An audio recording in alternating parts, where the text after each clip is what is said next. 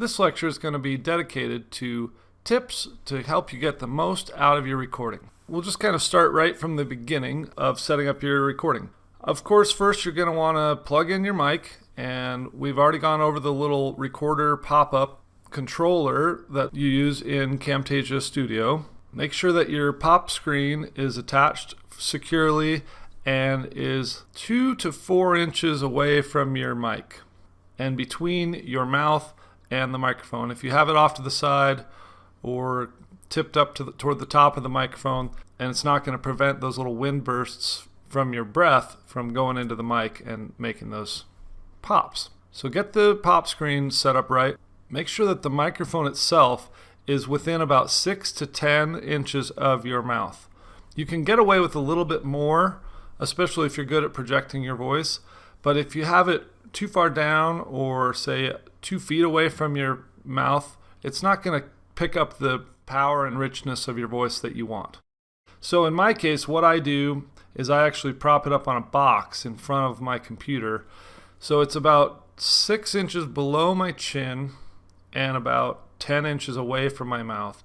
And then I sort of talk down toward it so that I can look right past it and onto my computer screen without having to move my head or kind of hold my head in an awkward position. This is going to be different for everybody. I'm really tall, which is why I prop it up on the box. It also has an adjustable neck, at least with the blue Snowball, so you can raise it an inch or two or lower it an inch or two. If you are in a big hollow room, you will probably want to either hang some tapestries or blankets from the walls or put some pillows around your microphone to make sure that you're not getting a lot of echo from a big empty room. Also, take a good close check for background noise. If you have the washing machine on, or you have kids playing in the background, or a dog that's going to start barking, any humming noises like air conditioning units or heaters, it's a good idea to actually turn your heat or your air conditioning off. If you're in a hot room, then crank it up while you're getting prepared and cool the room down. And then when you start your recording, turn that air conditioning unit off, because any of those whirring and humming noises are just going to create background noise that's going to be harder for you to edit out, and it's going to lower the quality of your recording.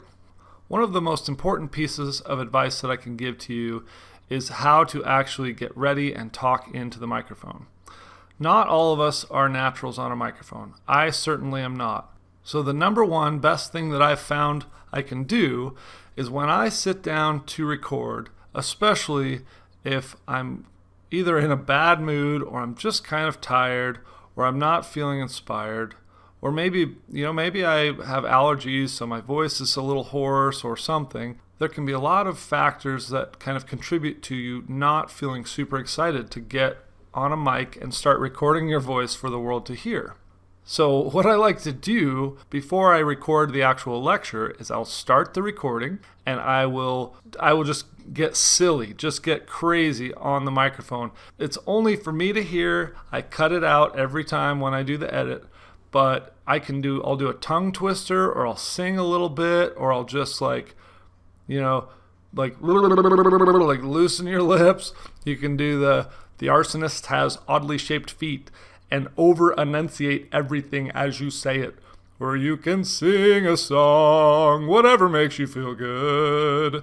And it's just going to be ridiculous.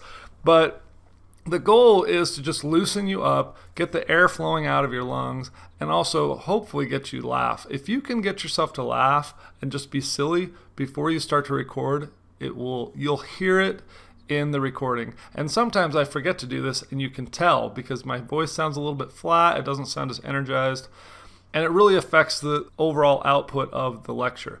So do something silly. It doesn't matter what it is, but get your lips moving, get your air flowing, and get yourself laughing, and you'll be a mile ahead of where you were when you started for getting a good quality recording.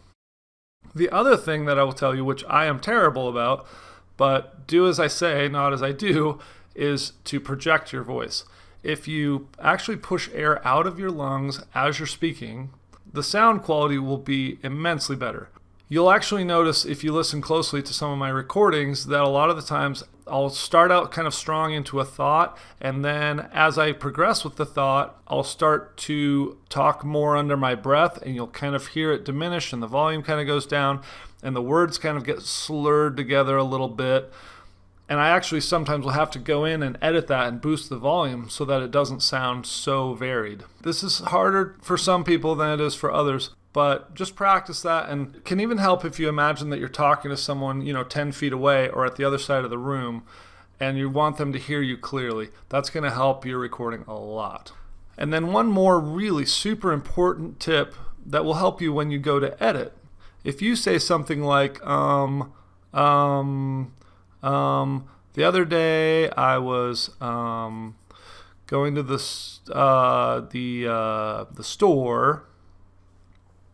That's going to be tricky to edit. If you're trying to say, the other day I was going to the store and I bought some bread, and you mess it up, instead of trying to edit that to death, just stop for a moment, recompose yourself, think about what you were going to say again, and then say it again.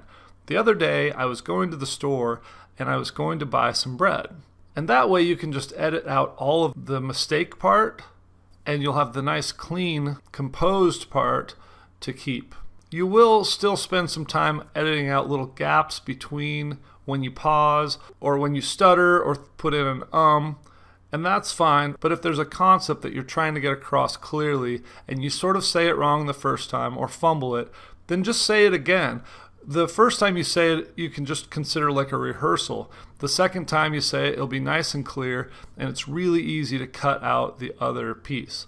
Now, this is the beauty of screencasts, actually, because if you were on a headshot, like a talking head, and your face was on the camera, you wouldn't be able to do that very successfully. You'd have to put in some sort of a transition so that it didn't look like your mouth and your head was jumping around from phrase to phrase. But with a screencast, no one can see your mouth moving, and no one can see those edits. The one thing you do want to be careful of is if you're transitioning between screens, like this.